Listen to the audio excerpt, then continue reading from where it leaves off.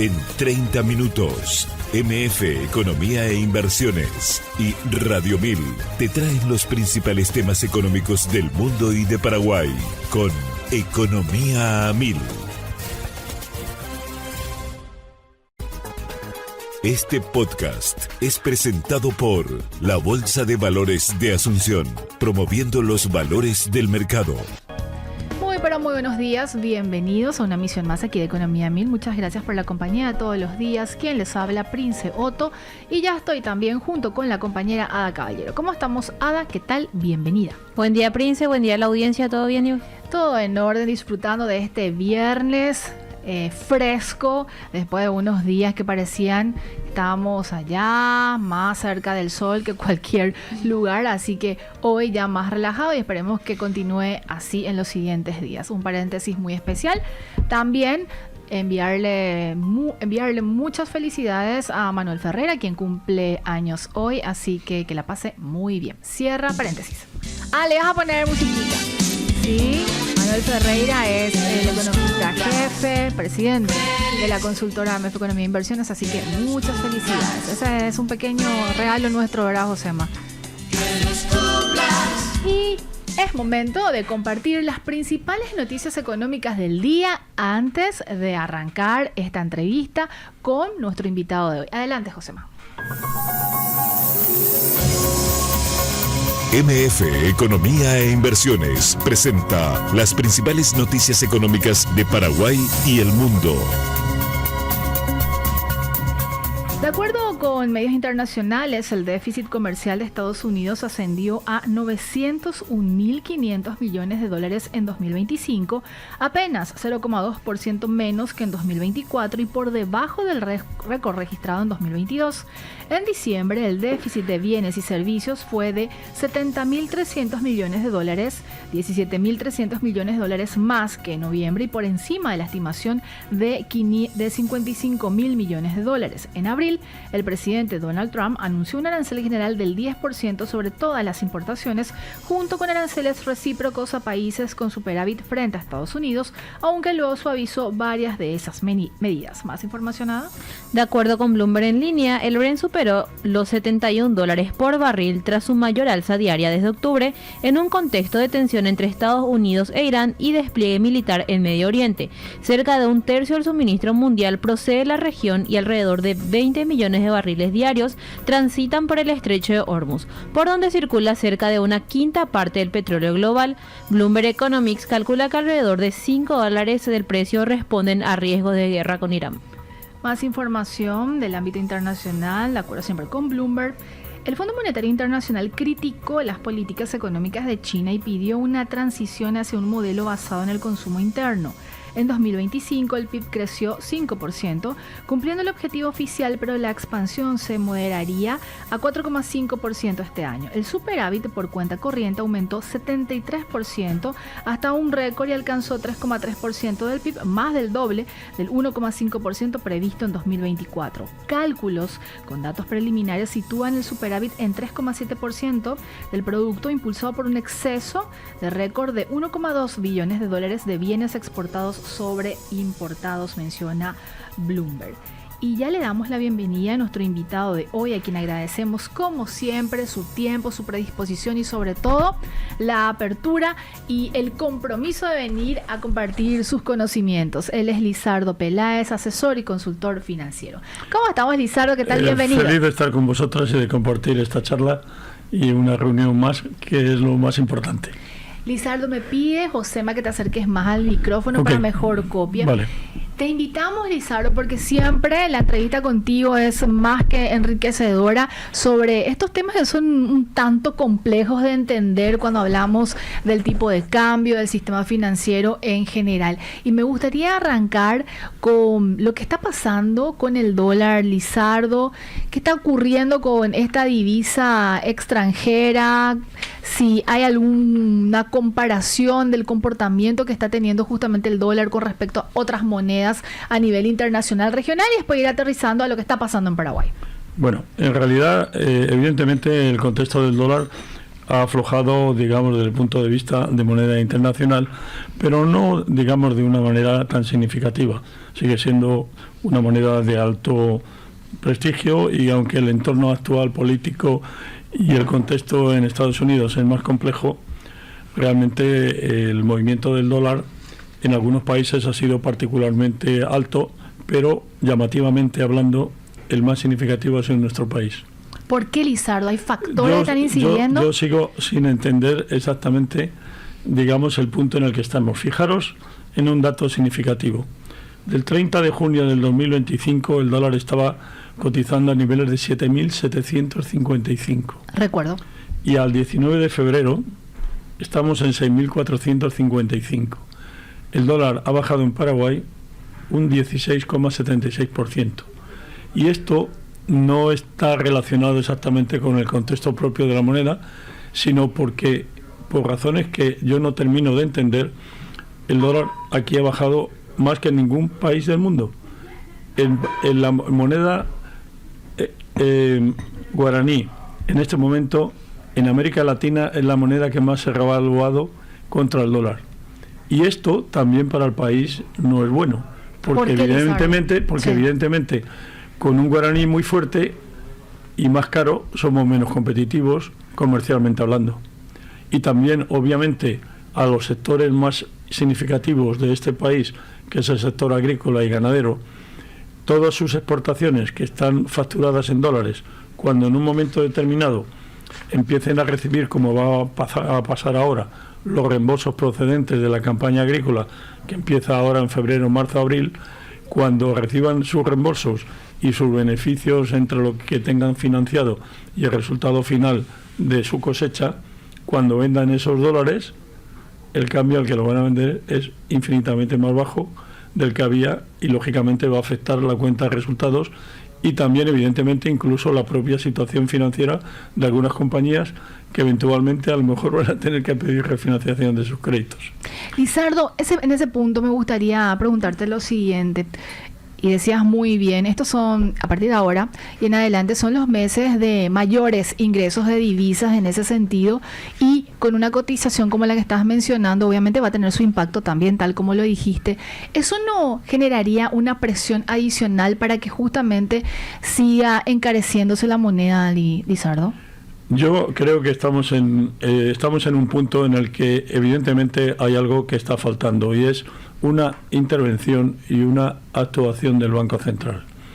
Mira, yo tengo una experiencia de muchísimos años en el mercado de divisas. Sí, me consta. Y evidentemente yo he visto a los bancos centrales en Europa y en todo el mundo comprar y vender divisas cuando las circunstancias y los movimientos de la moneda nacional son excesivos, tanto como es al alza como si es a la baja.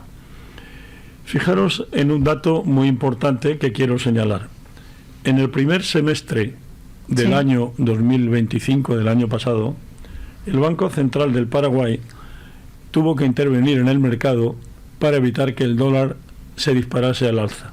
Los niveles en enero del dólar estaban en unos precios de 7.700, 7.750, y a junio llegó a 8.000. Y no subió más, porque ¿sabéis cuántos dólares vendió el Banco Central para que el dólar no subiera por encima de esos niveles? No recuerdo. 630 millones de dólares vendió el Banco Central. En el primer semestre del 2025. Del 2025. Y eso de alguna manera cortó el pico. Cortó el pico, y eso estuvo muy bien actuado porque estaba relacionado con una tendencia alcista demasiado elevada. Y era para proteger de alguna manera todos los sectores económicos del país. ¿Qué pasa en el segundo semestre? Que el dólar empieza a aflojar. Es cierto. Y en el segundo semestre el Banco Central solamente vendió 64 millones de dólares, porque como el dólar ya empezaba a caer, pues no quiso intervenir.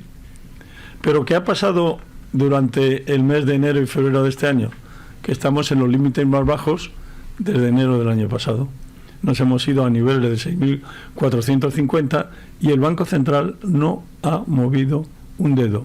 No ha comprado un solo dólar para de alguna forma evitar una caída tan brusca, teniendo en cuenta que, como he dicho antes, somos la moneda más revaluada de América Latina en el ejercicio pasado y el actual.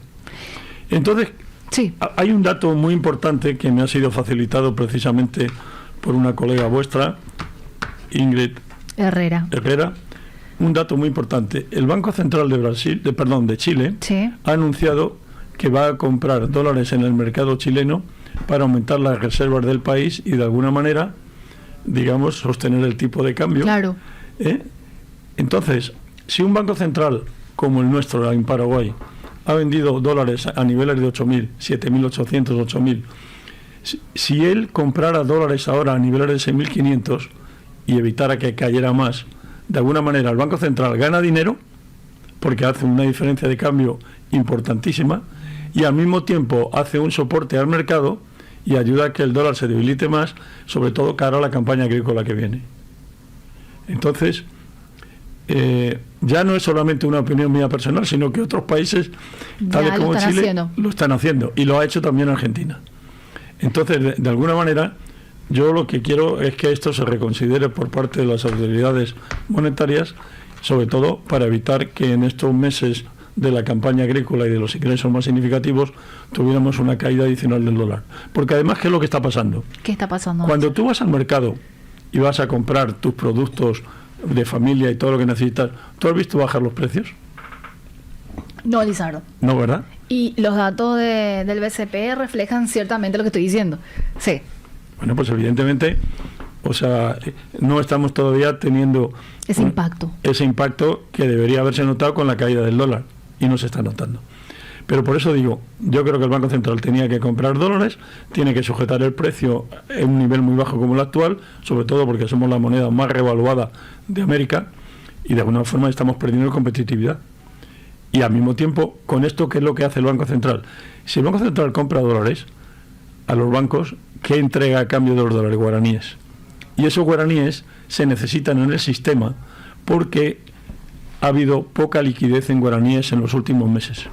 Los bancos han estado pagando tasas en los últimos meses del 9, 9,5, incluso algún banco algo más, en depósitos a un año en guaraníes. ¿Por qué? Porque necesitaban generar masa monetaria en moneda nacional para poder, digamos, cubrir las necesidades de préstamos a clientes. Claro.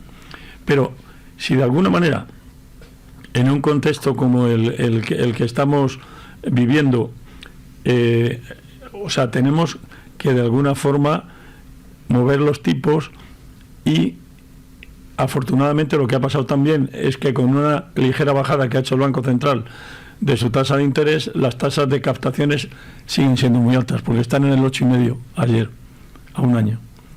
Y el Banco Central tiene una tasa de referencia de 5,75, correcto, que no se ajusta para nada con el contexto que estamos viviendo.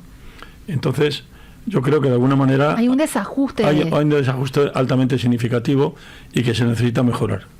Lizardo, muchas cosas por replantear en la mesa y muy bien la explicación, clarísima, por cierto. Cuando mencionamos esto durante estos primeros meses no hubo intervención del Banco Central del Paraguay, no hay registro. No. Compra-venta, el Banco Central del Paraguay informa de su gestión operativa en el mercado de divisas de forma constante, mensual y con datos semanales. Y yo esos datos los tengo absolutamente actualizados y por eso tengo estos datos. Pero es una información que ellos mismos facilitan. Y no han hecho absolutamente nada. Consulto esto puntualmente, sí, Lizardo, porque quiero vincularlo con lo otro. Desde tu experiencia y conocimiento en el tema, ¿puede ser que esté vinculado esta decisión con esta revisión o este reajuste que hicieron en la meta de inflación del 3,5%? Sí, y quieren de alguna manera estirarlo ahí para mantenerlo, Lizardo. No tengo ninguna duda, porque en definitiva lo que hicieron, el objetivo fundamental como imagen de gobierno era que la inflación no se disparase por encima de su presupuesto. Tenían un presupuesto de 3,5 y finalmente la inflación del año terminó en 2,8. Muy por debajo. Muy por debajo, pero de alguna manera eso no ha sido... Ha quedado muy bonito, pero no ha sido práctico desde el punto de vista de sectores. Hoy está hablando en todos los sectores, exportadores, agrícolas, ganaderos, están desesperados y están haciendo ya comentarios. Y de hecho, incluso han tardado en manifestarse, porque yo vengo hablando de esto desde hace mucho tiempo. ¿Cierto? Lizardo, el argumento también esgrimido por parte del Banco Central es que hacen intervenciones cuando ven de alguna manera que se desajusta estos indicadores, pero ya lo mencionabas, primer semestre, un escenario de muchísima intervención superando los $600 millones, y en el segundo semestre mínimo 60 millones de dólares. No hubo necesidad porque como el dólar estaba bajando, el central no tuvo que intervenir. Pero es que un banco central no solamente interviene cuando sube el dólar. Un banco central interviene cuando sube, cuando baja de unos niveles que justifican su presencia y su intervención. Con una moneda como el guaraní revaluada un 16% en un año, la intervención del Banco Central tenía que haberse formalizado y no lo han hecho. Mencionabas el caso de Chile, Lizardo. Sí. El tipo de cambio, ¿cómo está en está alto, está en los niveles también de Paraguay, haciendo un paralelismo? ¿Y por qué? ¿O está por debajo? Prácticamente mira, yo te digo exactamente. Sí. Chile se ha revaluado contra el dólar un 7%. Un dígito. En Paraguay 2 dígitos. Y aún así hay una intervención. Y prácticamente la moneda que más ha revaluado en América Latina fue el peso colombiano, que subió un 10%. Pero aún así nosotros hemos subido un 16,76. Sí. Y todas las demás monedas importantes, el sol peruano solamente se ha revaluado un 5%, el mexicano un 8%, el Uruguay un 1,53%. O sea que en definitiva prácticamente nosotros somos la moneda más revaluada de América, con lo cual nos genera un perjuicio comercial porque nuestros productos son más caros. Claro. Cuando alguien tiene que comprar con un guaraní en el nivel en el que está, nuestros precios son más caros que otros países y salimos menos competitivos. Y esto es algo que no pueden ignorar. ¿Preocupa esta situación, Lizardo? Y yo, como para reforzar sobre las implicancias también. Yo llevo 25 años en Paraguay y el contexto que estamos viviendo no lo había visto nunca. Y por eso estoy altamente preocupado y no hago más que manifestarme. Yo hago informes diarios que los recibís vosotros y tal, y hago mención a todas estas cosas y hago un seguimiento con cotizaciones, con precios, con cálculos para que todo el mundo sepa de lo que estamos hablando. Totalmente. Ese es mi punto de vista. Con este escenario, Lizardo, si le agregamos el componente internacional con las medidas de la FED, ¿también podría complicar aún más el escenario? ¿Cómo lo ves también? También eso puede suceder, que en un momento determinado, si la política monetaria en Estados Unidos decide alguna baja de interés, eso puede hacer bajar el dólar y hacerle perder un cierto valor. Pero todo eso está por ver, porque todavía los datos en Estados Unidos no manifiestan una tendencia clara de la Reserva Federal. El presidente Trump pretende por todos los medios bajar las tasas de interés, pero la Reserva Federal no ha estado de acuerdo y por eso están pretendiendo cambiar al actual presidente, y que ya han nominado uno nuevo, pero que todavía no está en funciones, y de alguna forma seguir una línea, digamos, tendencia a la baja. Pero también habrá que ver cómo funciona la inflación en Estados Unidos y si hay motivos suficientes para bajar tasas de interés. Si tuviéramos que hablar de perspectivas del tipo de cambio, Lizardo, y Manuel Ferreira siempre dice, es uno de los indicadores, es una de las variables económicas más difícil de predecir, porque es como si fuera, si tenés la bola de cristal, entonces serías rico, irías por debajo. Pero de acuerdo también con tu experiencia, conocimiento, Lizardo, y con todos estos componentes que casi no tienen explicación y que uno quizás puede llegar incluso a especular de los factores que están moviendo la decisión que tiene el Banco Central del Paraguay. ¿Cuáles son las perspectivas para este segundo semestre con respecto al dólar? Lo lógico, como te digo, ahora estamos viviendo la época de la campaña que ha sido tradicional en todos los años, la campaña agrícola, que será febrero, marzo, abril, mayo, que son los ingresos de divisa. De alguna manera es donde el Banco Central, probablemente si hubiera una tendencia más bajista, tendría que intervenir de una forma definitiva. Sí. Veamos a ver qué es lo que hacen, porque no lo sabemos. Claro. Pero por otro lado, una vez que acaba ese periodo de campaña, evidentemente ya tenemos una situación totalmente distinta. Los ingresos de divisas a partir de mayo o junio son menores, y luego lógicamente en el segundo semestre ya empieza a haber más demanda de dólares como consecuencia de importaciones, como consecuencia de las campañas de stock de mercancías para la campaña de Navidad. O sea, el segundo semestre del año tendría una tendencia alcista. Un objetivo que podría ser razonable es pensar en que el dólar se mantenga en los niveles de 6.400, 6.500 hasta mayo, y que luego después a lo largo del segundo semestre pudiera alcanzar cuotas de hasta 6.800. Esa es mi previsión personal. No sé si me equivoco o no, pero... ahí vamos a ir monitoreando, Lizardo. Y este componente de la inminente emisión, colocación de bonos soberanos en los mercados internacionales, ¿eso también podría generar algún tipo de impacto, Lizardo? Mira, hay una cosa clara. Sí. En un momento, la decisión del gobierno en un momento determinado de emitir bonos en guaraníes estuvo bien hecha y tuvo un impacto interesante en la primera emisión. Pero ¿qué pasaba? Estábamos en un contexto muy distinto económicamente hablando, porque el dólar estaba a niveles de 7.400, 7.500. Para los inversores que invirtieron en bonos paraguayos y tuvieron que convertir dólares, estaban convirtiendo dólares a 7.500. Ahora ha bajado el dólar a 6.400 y han hecho un muy buen negocio. Pero si tú tuvieras que comprar la nueva emisión de bonos que pretende emitir el gobierno con un dólar a 6.400, ¿comprarías bonos? No. Así es. Ni loco. ¿Entiendes? Detalle muy interesante, Lizardo. Claro. Y además te recuerdo que la primera emisión fue exitosa por eso, pero la segunda la segunda emisión que hicieron en bonos paraguayos no compraron prácticamente, porque ya el dólar había bajado bastante. Claro. Pero estaba todavía en niveles de 7.000 y ahora con niveles de 6.400 ni locos van a comprar. Lizardo, ¿alguna reflexión final sobre el tema tipo de cambio? ¿Algo que quieras agregar? Porque a la vuelta del corte vamos ya a entrar en el sistema financiero. Yo creo que ya hemos explicado claramente el contexto. Tenemos que esperar a ver qué es lo que hace Banco Central. Pero yo lo que ruego y lo que considero es que intervengan en un momento determinado si las circunstancias así lo aconsejan. Y hay motivos más que suficientes para hacerlo, teniendo, como he dicho, una moneda tan revaluada como la nuestra en este momento. ¿Puedes reiterar cuánto se revaluó la moneda, Lizardo? Sí, el guaraní se ha revaluado del 30 de junio del 2025 al 19 de febrero un 16,76% contra el dólar. El tipo de cambio el 30 de junio del 2025 estaba a 7.755 y al 19 de febrero 6.455. Muchísima pérdida, Lizardo. Yo te lo digo y lo sufro con mi pensión en España porque recibo euros y convertido a guaraníes pierdo hasta la camisa. Pero Lizardo, ese es un componente que me gustaría también, saliendo del libreto, en el tema de las remesas sucede lo mismo, Lizardo. Evidentemente, las remesas que estén mandando todos los emigrantes que están mandando dinero a sus familias, cuando estaban mandando dólares y los convertían a 7.500 ayudaba mucho. Por supuesto. Pero a 6.400 los funden. Es cierto. Muy interesante dato para que también la gente pueda tener dentro de ese componente de análisis. Vamos a seguir conversando contigo, Lizardo, a la vuelta del corte. Tenemos que hacer nuestra primera pausa y vamos a seguir, obviamente, en análisis con el asesor y consultor financiero Lizardo Peláez.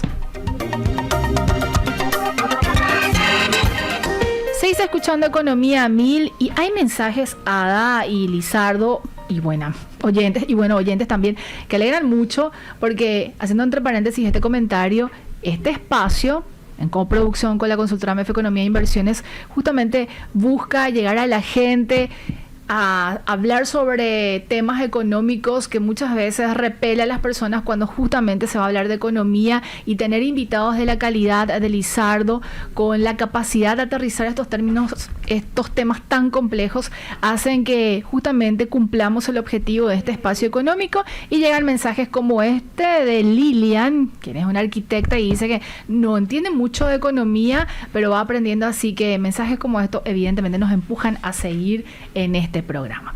Ada, es momento de compartir la frase del día. Actualmente existen casi 30 proyectos esperando la reunión del Consejo y se proyecta superar el récord del año pasado de 1.300 millones de dólares en inversiones bajo el régimen de maquila, comentó Diego Peirat, secretario ejecutivo de la industria maquiladora exportación del Ministerio de Industria y Comercio. Si te interesa descubrir más detalles, puedes escuchar el podcast completo en Spotify, búscalo en el perfil de Economía 1000 y mantenerte al tanto de todo. ¿Y qué está pasando en las principales economías de la región? Para ello nos situamos en Argentina porque, de acuerdo con Bloomberg en línea, el mercado laboral argentino muestra una caída del empleo registrado y un avance del cuentapropismo en 2025 en medio del debate por la reforma laboral. El empleo asalariado privado cedió 0,2% en noviembre y acumuló una pérdida de 86.000 puestos entre junio y noviembre, el nivel más bajo desde junio de 2022. Desde 2024, el empleo registrado perdió 155.000 puestos netos, con 196.000 menos en el sector privado, casi 81.000 en el sector público y 22.000 en casas particulares, parcialmente compensados por 137.000 nuevos monotributistas y 7.231 autónomos, menciona Bloomberg en línea con información que sale desde Argentina. Y de ese país ya nos vamos hasta Brasil, que tenemos a... De acuerdo con medios de ese país, la actividad económica de Brasil creció 2,5% en 2025, impulsada por aumentos del 13,1% en la agricultura, 1,5% en la industria y 2,1% en los servicios. En diciembre de 2025, el indicador retrocedió 0,2% frente a noviembre, aunque mostró un alza de 3,1% en comparación interanual.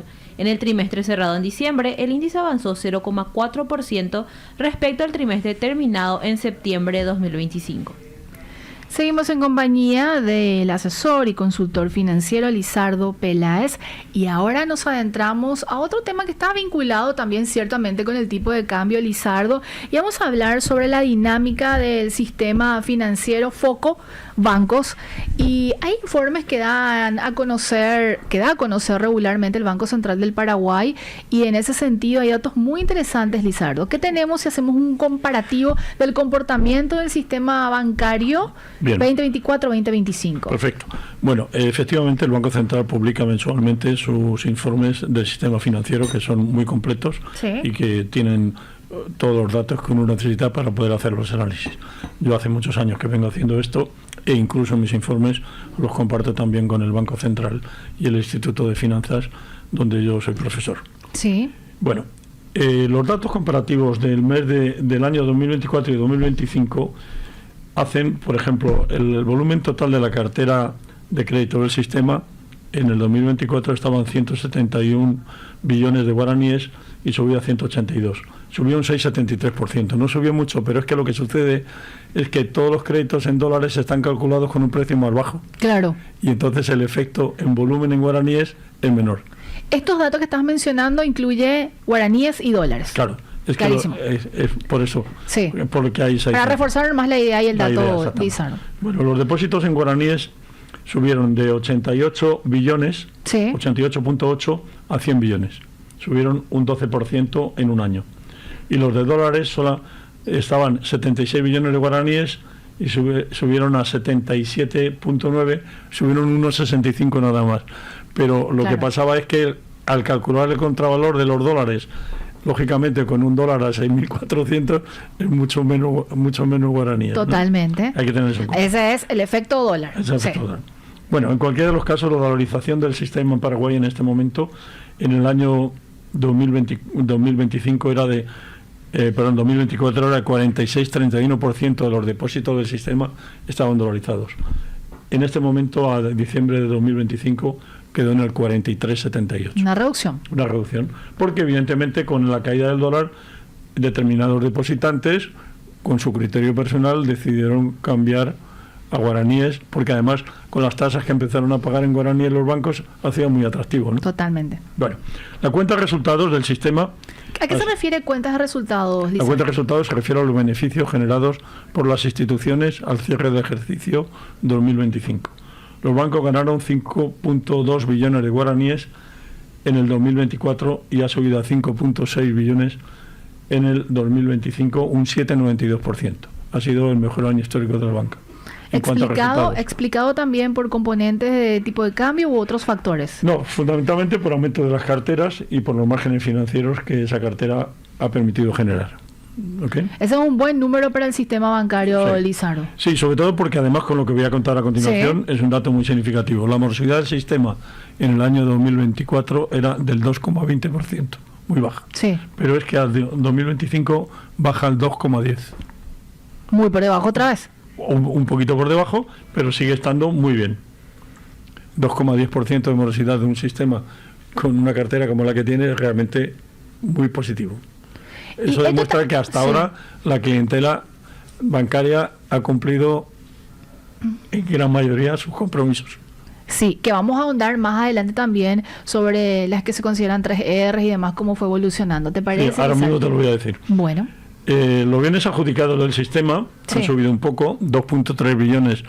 Los bienes adjudicados que representan son los créditos que el banco concede a clientes con garantías hipotecarias, de viviendas, de terrenos, etcétera. En un momento determinado, si el cliente no incumple sus compromisos de deuda y tiene unas garantías, el banco tiene el derecho de ejecutar las garantías para poder recuperar parcialmente, ¿verdad? El crédito que tenía. Eso ha subido de 2.3 a 2.6 y ha subido un 15%. O sea, ¿explicado por qué, Lizardo? Pues sencillamente porque algunos clientes, con el contexto que se ha vivido en el 2025, su capacidad de pago ha disminuido y no han podido cumplir los compromisos que tenían establecidos. Ha subido 300.000 millones. Tampoco es que sea una cantidad significativa, pero evidentemente pone de manifiesto que todavía hay empresas que no han podido mejorar porque de la crisis COVID algunas empresas han estado en muchas dificultades, ¿no? ¿Ahí se puede o está desagregado cuáles son esos sectores, Lizardo? De impago, por decirlo así, que se tuvo que aplicar o no. El crédito de consumo, por ejemplo, es con el que se nota bastante la morosidad. Luego te lo comento. Perfecto, sigamos en líneas generales, bueno, sí. Y luego los ratios de solvencia en el sistema bancario son el 8% de esos ratios en nivel 1. El sistema tenía 12,47 en el 2024 y está en 12,90. O sea que los ratios de solvencia el sistema está muy bien. El nivel 2, que es el ratio muy importante, es un 12 el mínimo, está en un 16,14 en el 2024 y en el 2025 está en el 16,03. O sea que siguen siendo niveles de solvencia importantes desde el punto de vista bancario. Luego después, el dato más significativo, que lo has comentado tú, ¿sí? Es el dato de las medidas COVID. ¿Te acuerdas que cuando hubo las medidas COVID hubo un momento donde el sistema financiero y el Banco Central, en una medida muy apropiada y en el momento coyuntural necesario, aplicaron una medida para poder, digamos, agilizar los pagos, que a los clientes darles tiempo, darles oxígeno? En aquel momento, cuando las medidas COVID, los volúmenes de créditos eran del orden de casi 10 billones de guaraníes. En el 2024 ya estábamos solamente con 1.5. Imagínate lo que mejoró gracias a todo ese cambio estructural que se montó y al soporte que los bancos dieron para ayudar a los clientes. Pues es que ahora, de 1.5 que había en el 2024, hemos pasado a 867.000 millones nada más, con lo cual ha bajado 44% en un año. Eso es muchísimo, Lizardo, y refleja buenísimo. El compromiso también de los clientes. Exacto. Los clientes, sobre todo con el apoyo que se les dio, con las medidas que generó el Banco Central y con el soporte dado por los bancos, los clientes han tenido oxígeno y han cumplido. Porque de 10 billones, que la deuda esté ahora mismo en 867.000... es increíble. Es increíble, ¿no? Lizardo, que el escenario hubiera sido totalmente diferente si es que no existía esa medida excepcional, claro, imagino, ¿verdad? Yo en esto tengo que felicitar las medidas creadas por el Banco Central, porque fueron extraordinariamente importantes, ayudaron mucho a los bancos y al mismo tiempo ayudaron a los clientes. Y eso resolvió, fíjate, de 10 billones de deuda a 800.000. Muy interesante. Y si tuviéramos que desengranar también, Lizardo, las conocidas como 3 R's, ¿cómo está ese comportamiento? Bueno, ¿puedo mencionar qué son las 3 R's? Las 3 R's son operaciones renovadas, operaciones refinanciadas y operaciones reestructuradas. Yo particularmente tengo una visión... Recuerdo de las 3 R's. Sí. Yo las renovadas no las consideraría... O sea, voy a hablar primero de las reestructuradas. Las reestructuradas evidentemente significa que el cliente no ha cumplido sus compromisos de pago en el periodo necesario y el banco tiene que tratar con el cliente un nuevo vencimiento, unos nuevos pagos, unas amortizaciones distintas.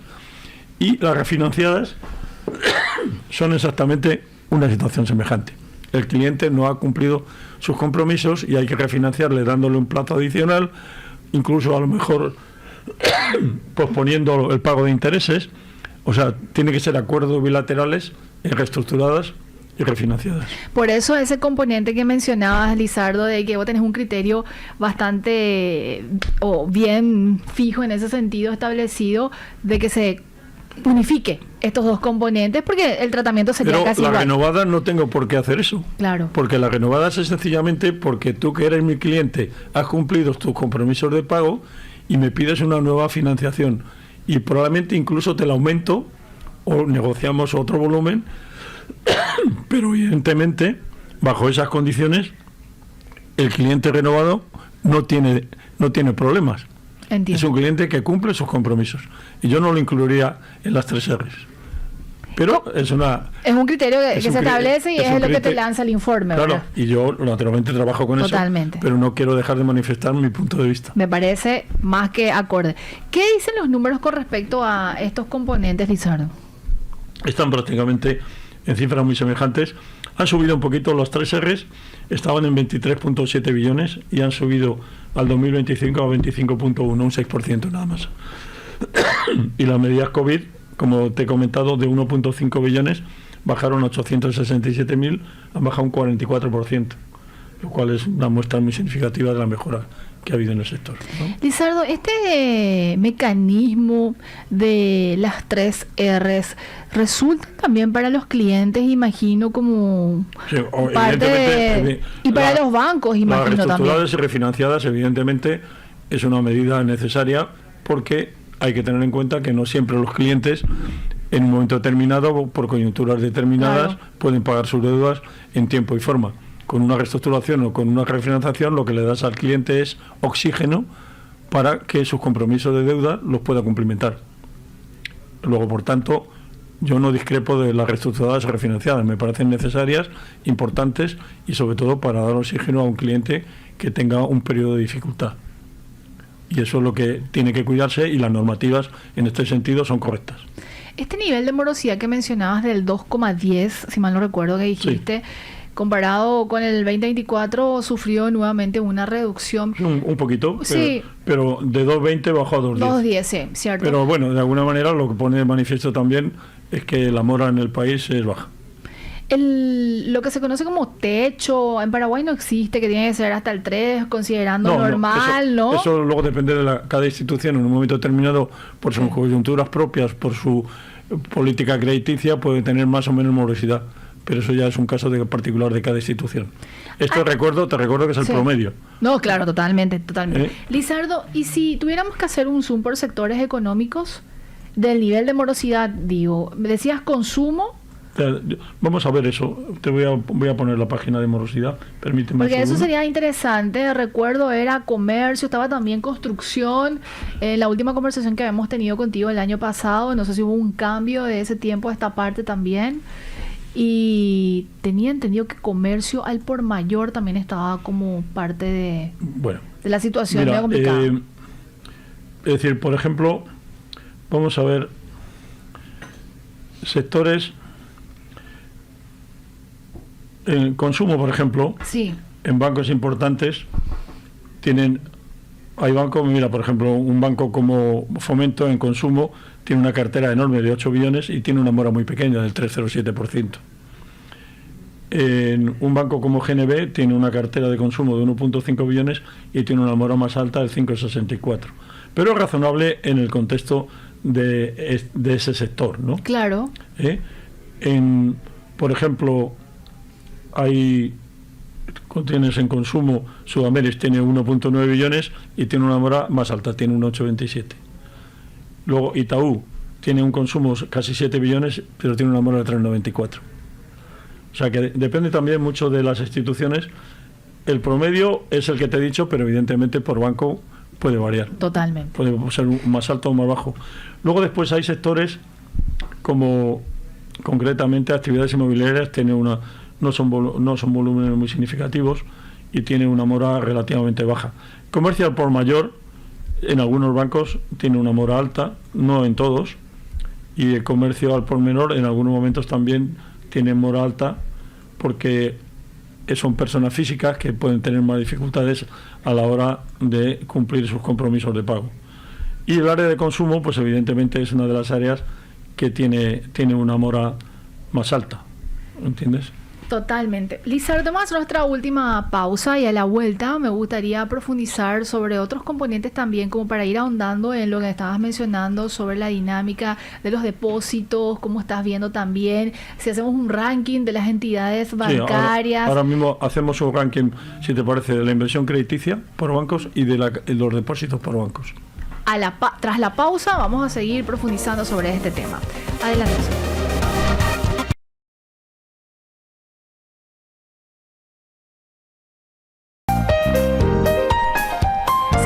escuchando Economía 1000, es momento de compartir brevemente noticias nacionales. De acuerdo con el portal del Ministerio de Industria y Comercio, el anteproyecto del tren de cercanías fue presentado ante la Comisión Permanente del Congreso como la obra de infraestructura de menor costo financiero encarada por Paraguay. El esquema prevé un retorno aproximado del 9% para la entidad financiadora, una tasa calificada como históricamente baja para este tipo de proyectos.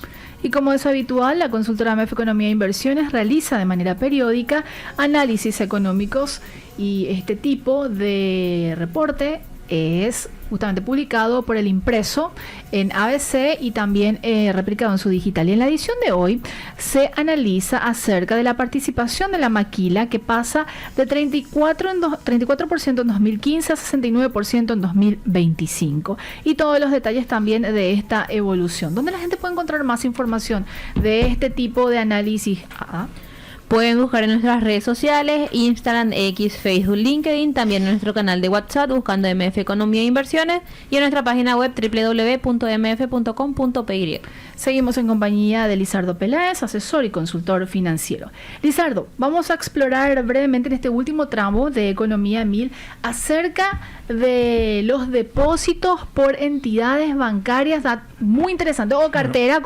Tengo cartera en adelante, perdón, te saqué ahí cartera, Lizardo, perdón. En cartera, la verdad es que el sistema tiene un volumen total de 182.8 billones de guaraníes y el banco con mayor cartera es Continental con 35.5. Continental estaba primero o el segundo, pero ahora, después de haber absorbido a Banco Río, es el banco con mayor cartera total del sistema, 35.5. El segundo es Sudameris con 30.5. Ya hay una diferencia notable de casi 5 billones entre uno y otro. El tercero es Itaú, que de 35 millones de Continental, Itaú está con 27. Y luego GNB está con 18, Fomento también con 18 billones, Ueno está con 11, Atlas con casi 9, Familiar 8,5, Basa con 8, y a partir de ahí, desde Banco, Z Banco, Interfisa, Solar, ya son bancos que manejan cifras de 5 billones y menores.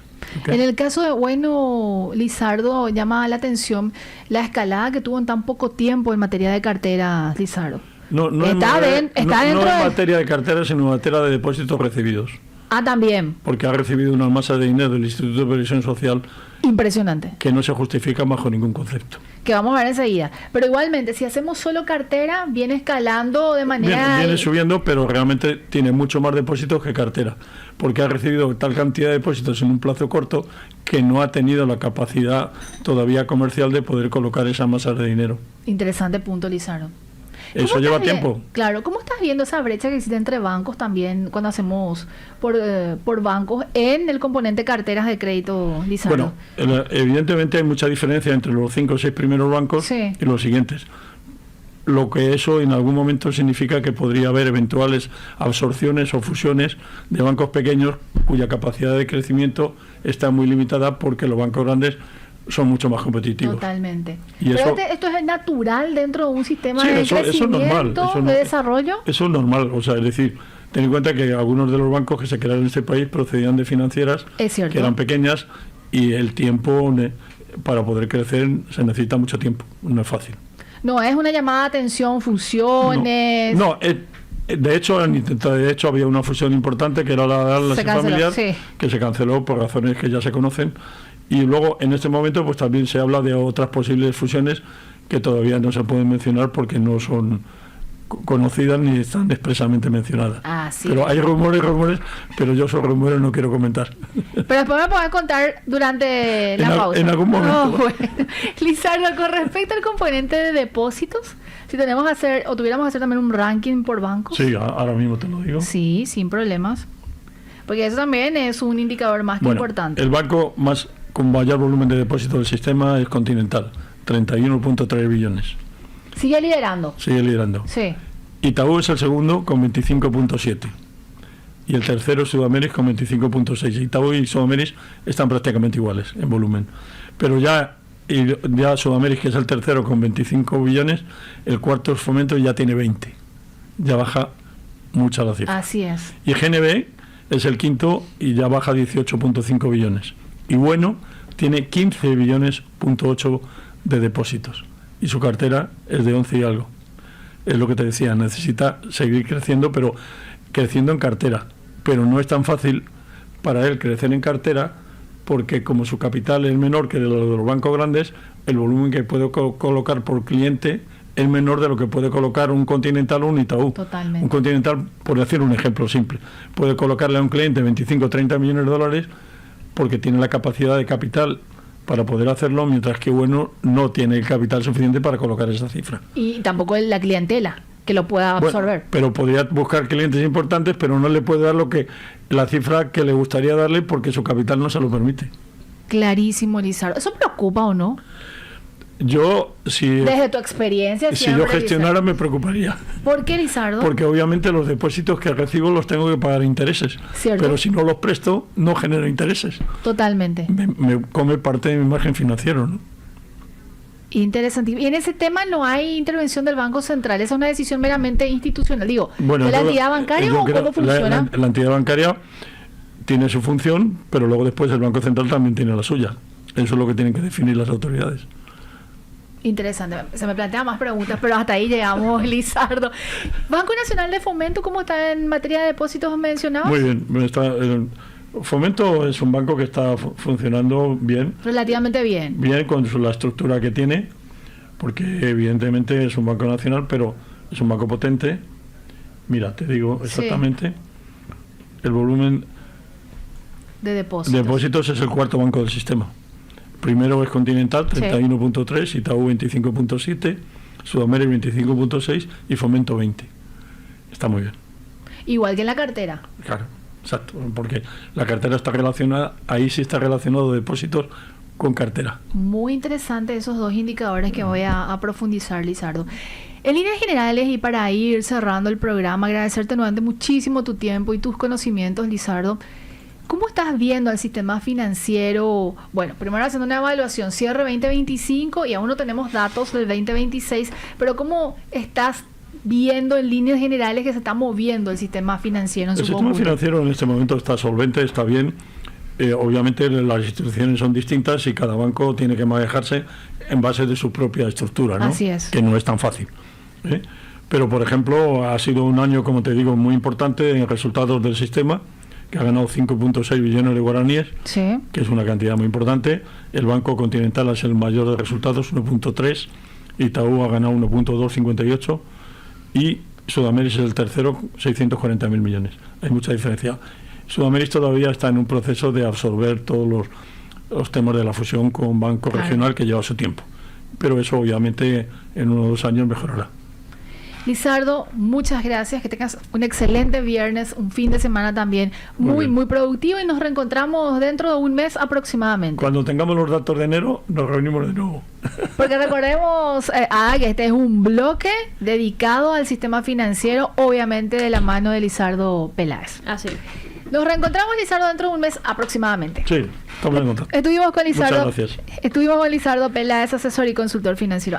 Nos vamos despidiendo, nos reencontramos el lunes. A las 12, así mismo. Vamos a hablar el lunes sobre el sistema energético en Paraguay y perspectivas también considerando el escenario. Que tengan un excelente fin de semana. Este podcast es presentado por la Bolsa de Valores de Asunción, promoviendo los valores del mercado.